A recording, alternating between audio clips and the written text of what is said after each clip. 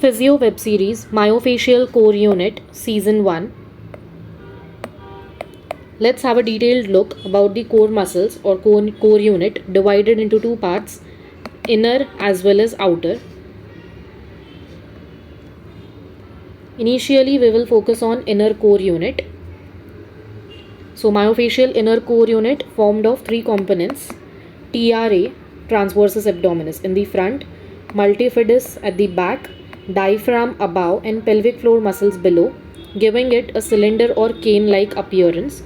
So, we can appreciate transversus abdominis in the front, multifidus at the back, diaphragm above, and pelvic floor muscles below. So let's start one by one, starting with transversus abdominis. It originates from costal cartilages of 7th to 12th ribs. Then from thoracolumbar fascia aponeurosis at the back, not appreciated in this diagram, can be seen in lateral view over here from thoracolumbar fascia aponeurosis, and then the anterior two-third of the iliac crest and iliopectineal arch. So this was the origin. Next comes the insertion. So in this diagram can be appreciated, it inserts at the linea alba in the center. Then the xiphoid process can be seen in this picture, the xiphoid process aponeurosis of internal abdominal oblique muscle can be appreciated over here, the abdominal aponeurosis.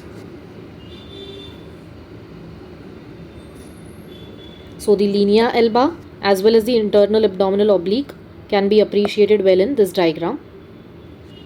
Other than that, it inserts at the xiphoid process. So three insertions: the linea alba and the internal oblique muscle aponeurosis as well as the xiphoid process. This is about origin insertion of transversus abdominis, which forms the front part of myofascial inner core unit. Now let's see action of this transversus abdominis muscle. As we know, it forms the front part over here of the myofascial inner core unit. So it helps to compress the abdomen via the drawing in maneuver, that is drawing in of the belly button. So by compressing the abdomen, it will maintain the abdominal tension, will support the abdominal viscera, and also will increase intra-abdominal pressure. So this is the role of transversus abdominis, to compress the abdomen.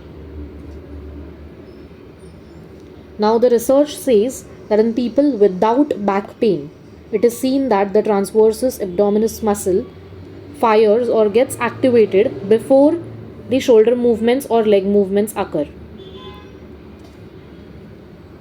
So that means in people without back pain, the transversus abdominis muscle gets activated prior to movements of appendicular skeleton, prior to shoulder movements, leg movements, or any movement of the body. The core gets activated, or the part of core, specifically over here talking about transversus abdominis, gets activated. To be more specific, it was found that prior to shoulder movements, 30 seconds prior to shoulder movements, 30 milliseconds prior to shoulder movements, the TRA muscle gets activated, and 110 milliseconds prior to leg movements, this TRA gets activated. So this explains the key role of transversus abdominis muscle to provide stability, which is necessary to perform the movements of appendicular skeleton. And provide stability, support.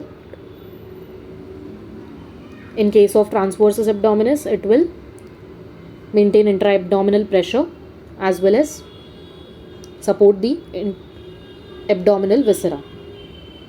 Now, during inspiration also, the transversus abdominis gets contracted, or TRA contracts. When this happens, it will pull the central tendon inferiorly so that it flattens. So this will increase the vertical length of thoracic cavity, and also it will compress the multifidus because it increases the intra-abdominal pressure. So as TRA contracts during inspiration, it will pull the central tendon inferiorly and flatten it. This will cause increase in vertical length of thoracic cavity. So it helps in inspiration also, and plus it will compress the multifidus, which is the back part of myofascial inner core unit. So this was about transversus abdominis. Moving on to next myofascial inner core unit muscle, which is the multifidus. After transversus abdominis, next is the multifidus. So origin of multifidus, as can be appreciated in this diagram, is from the PSIS as well as the sacrum. So it can be appreciated in this diagram.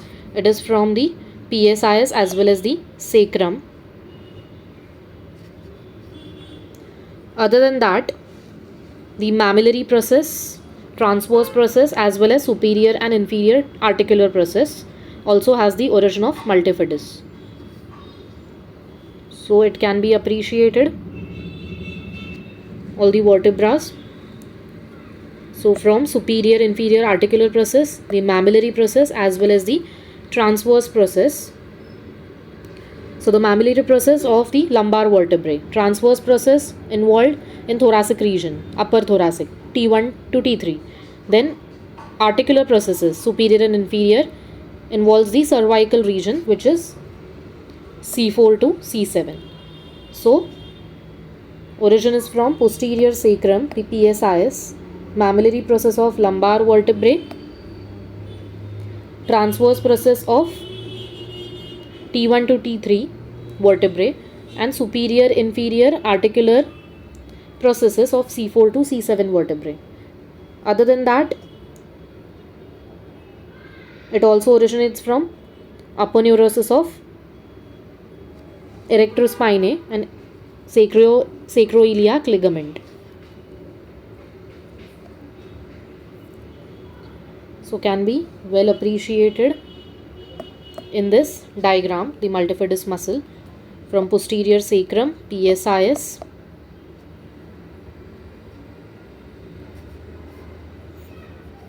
as well as the superior as well as inferior articular process, then the mammillary process, and this transverse process of lumbar vertebrae, then T1 to T3 thoracic and C4 to C7 cervical vertebrae respectively. Other than that, the aponeurosis of erector spinae as well as sacroiliac ligament. Now insertion of these muscle fibers, multifidus muscle fibers, they will pass upwards and medially. They will pass this way upwards and medially to insert onto the spinous process. So they will insert on the spinous process of each vertebra except C1. So it will, multifidus muscle fibers will not insert on C1 spinous process. Apart from that, except C1, those muscle fibers will insert on spinous process of all other vertebrae.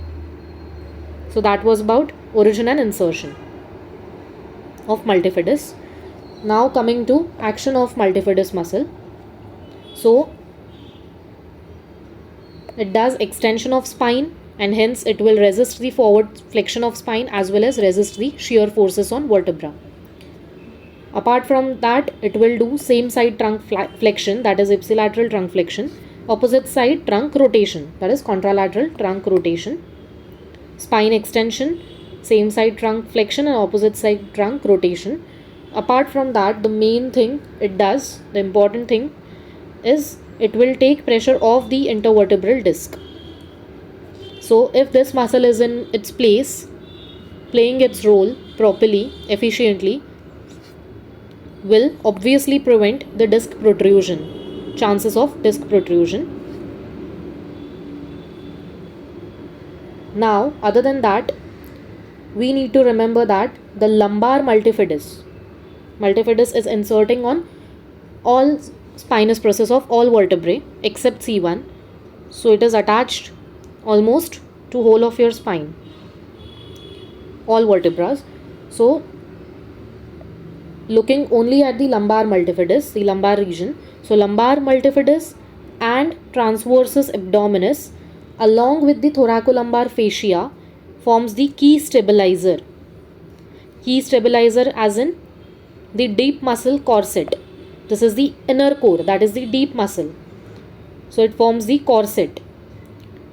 So those muscles, that is lumbar multifidus at the back, transversus abdominis in the front, and both linking together via the thoracolumbar fascia, those form the natural deep muscle corset which will protect the back from injury.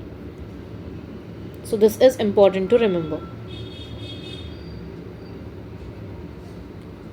Now let's see something called as mechanism of force closure of sacroiliac or SI joint.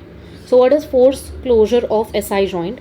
It is basically the locking of SI joint, which is critical for the stability of SI joint. So again, those two muscles, transversus abdominis in the front, multifidus at the back, when they co-contract, it will increase the SI joint stiffness, as it has its origin or its attachment. Those muscles are having their attachment to the SI joint some or the other way. So this increased joint stiffness, SI joint stiffness, will cause its compression as well as stability, providing stability to SI joint, which is known as the force closure mechanism of SI joint. So it is done via those muscles along with the thoracolumbar fascia. So this was about the myofascial inner core unit, transversus abdominis, as well as the multifidus muscle. Other than that, pelvic floor muscles and diaphragm will also form the part, but these two play more important role as discussed in this series.